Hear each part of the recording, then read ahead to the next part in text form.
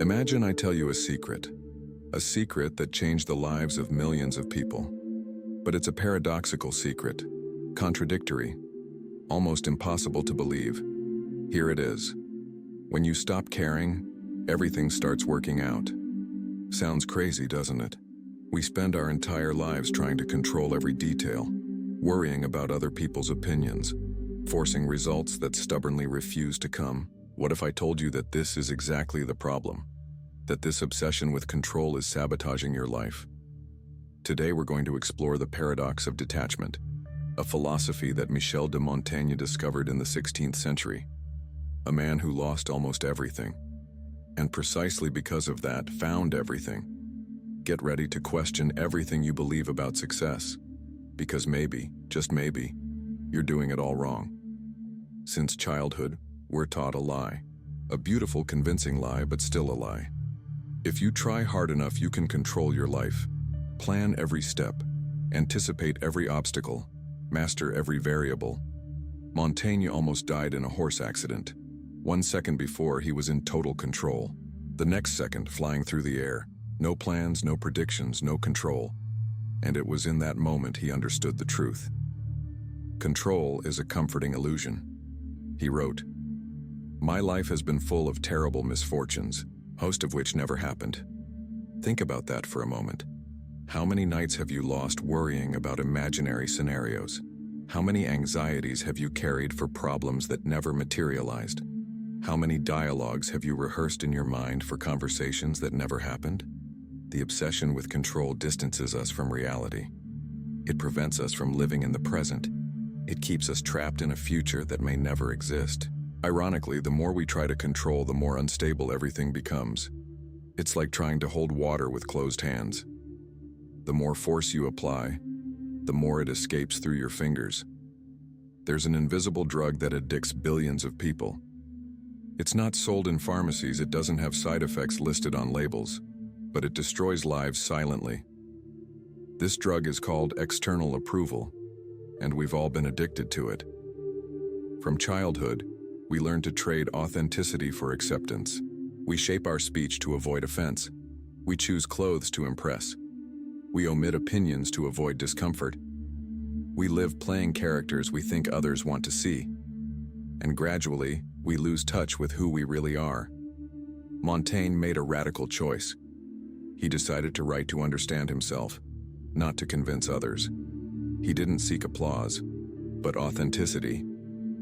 And perhaps that's why his texts resonate to this day, because he had the courage to think for himself. In a world that screamed for conformity, the search for validation is a cruel trap.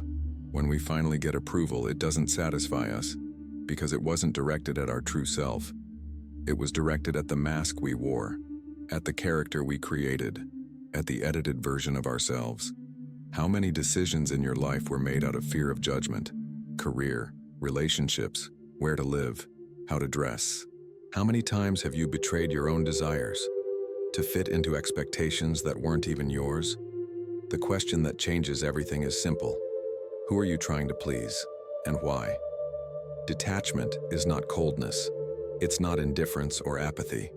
It's not running away from life or stopping caring about everything. Detachment is clarity. It's wisdom. It's distinguishing between what deserves your energy and what merely consumes it. Montaigne discovered this paradox by observing life. He saw how people lived trapped by results, expectations, idealized images, and how this generated constant anxiety, a corrosive tension that stole peace. He proposed something revolutionary: living with lightness, acting with dedication, but without obsession. It's like the difference between holding a butterfly and admiring it. If you close your hand to trap it, it dies. If you open your hand to let it be free, it might choose to stay. Detachment is that open hand. It's trust in life. It's courage to let go of control. How many times in your life have you achieved something precisely when you stopped forcing? When you stopped trying to impress, convince, conquer? It's as if the universe responds to surrender with harmony. This is the paradox. The less you need to prove, the more natural your presence becomes. The less you try to control, the more things align themselves. It's not luck. It's the magnetism of someone who found a home within themselves. Detachment is actually a form of power, a serene, silent power. That doesn't impose but transforms. When you release the weight of pleasing, controlling, appearing perfect, you become light enough to walk with freedom, and firm enough to be who you really are. Montaigne was not a flawless hero. He was not a perfect sage. He was a man deeply aware of his imperfections, and perhaps for that reason, so wise. He lost 5 of his 6 children in infancy. He watched his best friend die prematurely. Pain didn't make him cynical, it made him more real. Instead of hardening, he chose to retreat. He left politics, distanced himself from power. He withdrew to his tower of silence. There, he began the most important study, knowing himself. In his essays, he exposes his soul with rare honesty. He confesses vanities, weaknesses, fears, inconsistencies. "I don't portray myself entirely," he wrote, "only as I see myself in this moment." This phrase is liberating. No one is constant. No one is perfect. Everything is in motion. In today's world, everyone competes for an image of success and coherence. Perfect Instagram, impeccable LinkedIn, life without contradictions.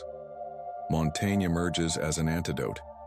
He reminds us that being human is contradicting yourself, that changing your mind is a sign of inner life, that accepting imperfection doesn't weaken us, it liberates us.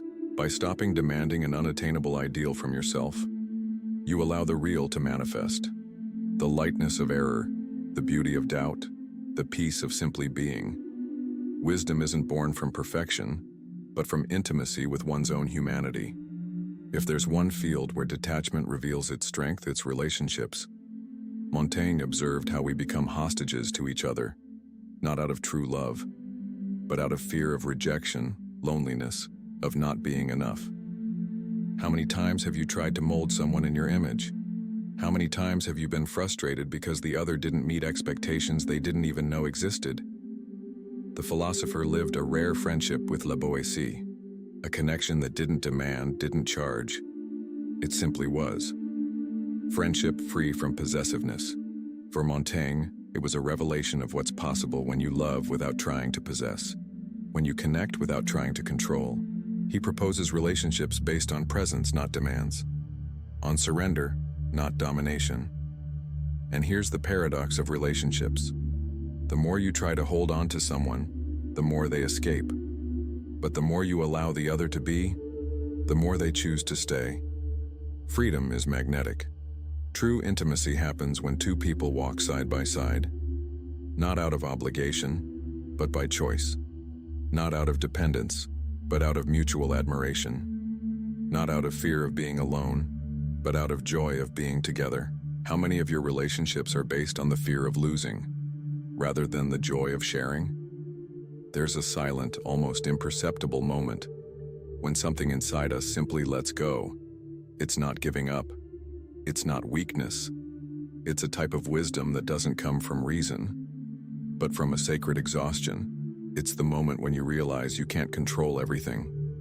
Montaigne knew this moment well, and it's from there that his philosophy flourishes.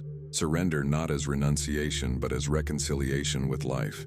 He didn't propose passivity, but action free from anguish, a life engaged but unburdened by guarantees.